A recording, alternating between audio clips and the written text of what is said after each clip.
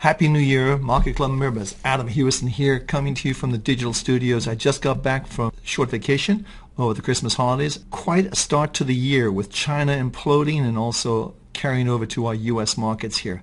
But this is going to be a very exciting and a very interesting year.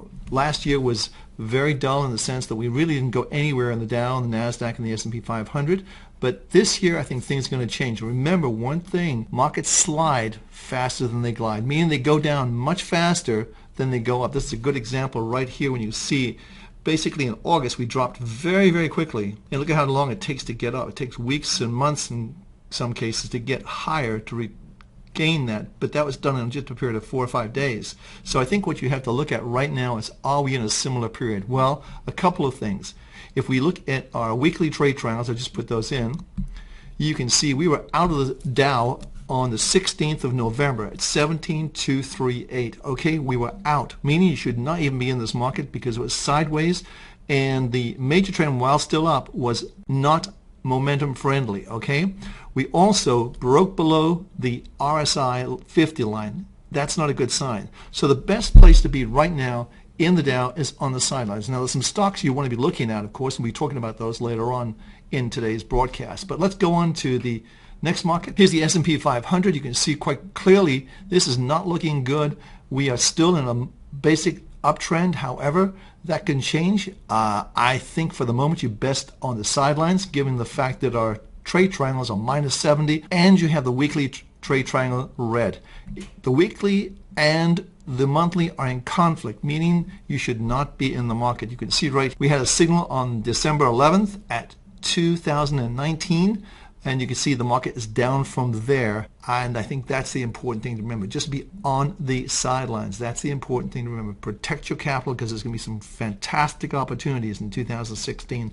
I don't want you to see you get whipsawed in these markets because they're very volatile and they still aren't quite clear as to the direction, but they can slide much faster than they glide, as I said earlier. It's the NASDAQ, and obviously that's not doing very well. It's rounded out, and if you look at this market, we've talked about this before, the fact that this market's really kind of flat. It just hasn't gone anywhere, and this is the best performing of the three indices that we're checking. We're below the 50 line, sidelines position here, minus 70, dictates a sideline position. Now the gold is beginning to look a little bit better. Now here we are, this is the GDX, it's the Market Vectors Gold Miners ETF. We talked about this before. What we said in this particular market, we said the market was building a big base, which I think is very true. You see that base right here, it's just building and building and building. Now a key crucial point here is going to be this point here, around about 17 level on the GDX. If it goes over there, then we're going to see this market do a much better job getting up to the 21 area, which takes you back up to this former resistance area. So I think that's potentially where we can go. But right now, the weekly is positive and the daily is positive, and that's a good thing. And also, we just had a buy signal in our spot gold. Now here's spot gold. You can see the weekly actually kicked in yesterday at 1,081.55. We're currently trading at much higher levels. We're currently trading at 1,085. The market's definitely cleared this level, and it looks as though it wants to continue moving higher. I'll get closer in on this. You'll get a better picture. So there's a nice move today, and it looks as though it's cleared this level, and I think it's going to be seeing this market move higher. And again, we have this very, very nice base. And remember, we trade gold, spot gold, based on the weekly and daily, not so much on the monthly. It's a much faster market. Now, this is the first signal we've had in a weekly for a long, long time. You have to go all the way back here to the 1st of November, where we had a signal in the weekly to go short. If you go further back, we had a buy signal right here on 3 months ago, actually almost 3.5 months ago. So that's the first buy signal we've had yesterday in 3.5 months. So definitely pay attention to it. We're over the 50 line. It looks like it wants to go higher. Now you can trade an ETF called GLD. This is the most popular ETF to trade. You can see that's moved quite a bit today, and we're up over 1%. Not a big deal, but when you consider the market's down 1.5%, this is not a bad thing to be in right now. But again, you've got this nice base that the market's built over. You can see that there's the base, and you've just went over it today.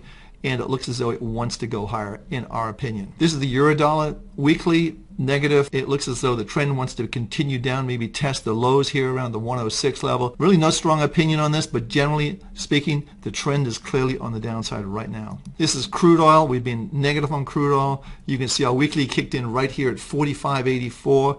It's never changed. You can see since the September 26th, it's been negative, negative, negative. Our last daily kicked in yesterday, and that was 36.22, and we're 34.74 right now. So this looks to me like it's going to go down to the $28 to $30 is our target zone on crude oil. Now, a market we talked about before was Whole Foods, and you can see today this market's actually bucking the trend. It's up quite a bit, and it had a daily signal, not so important, but the weekly has been in place and the monthly, and it's never changed. Even with a sharp downturn since the beginning of the year, this market has stayed in place. You can see there's a pretty bullish sign right here, very similar to what this signal was here, and I think we're heading higher. I think we'll see this market trade quite a bit higher. Now, this is Apple. We've been negative on Apple. You can see our weekly kicked in right here at 112.27. The market's trading, it's basically 10% lower right now, and also the monthly kicked in at 107.31. So again, nothing in Apple looks good right now, and we talked about a saturation of smartphones.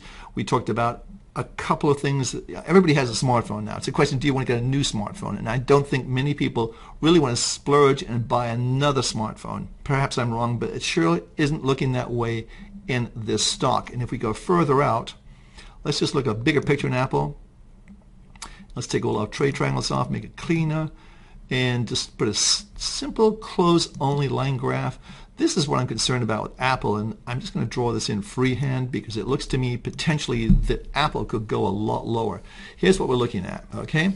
So we're looking at this as a big head and shoulders top. Very complicated top, but it's very head and shoulders top. If we're correct, and we go from this level right here, which is approximately $100 up to 130, we'll just round it out for simple numbers, and you subtract $30, this is $30 right here, and we project that down, it takes us to 70, which is right here, and that's the target zone, 70 on the downside. It's hard to believe, not really, when you think that'll take us back to the areas that we were in 2014. So again, trend in Apple is down. It's one of my favorite stocks. I love Apple products, but generally speaking, the trend is your friend, and the trend right now in Apple is down. Now, just as the smartphones were getting cut back in production, Apple Watch was doing something, or was accused of doing something to Fitbit, which is a very popular stock, but that basically took a real dive yesterday. And I want to show you our trade triangles on this because we've been negative on Fitbit for quite some time. Well,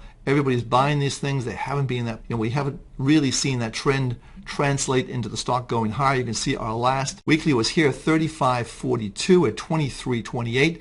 Our last monthly was 30. And it's still 23. So again, we were in this market thinking the market was going to go lower, and that's exactly what has happened. It's had a pretty good run up, and then it really petered out, and boom, boom, boom, boom, boom. Reality set in, and everybody has a Fitbit. I mean, who's going to buy more Fitbits? I don't think so. Okay, that does it for today. Our first broadcast in 2016. Thank you all for making our business so successful in 2015. We appreciate you being a client of MarketClub and entrusting us with your hard-earned money.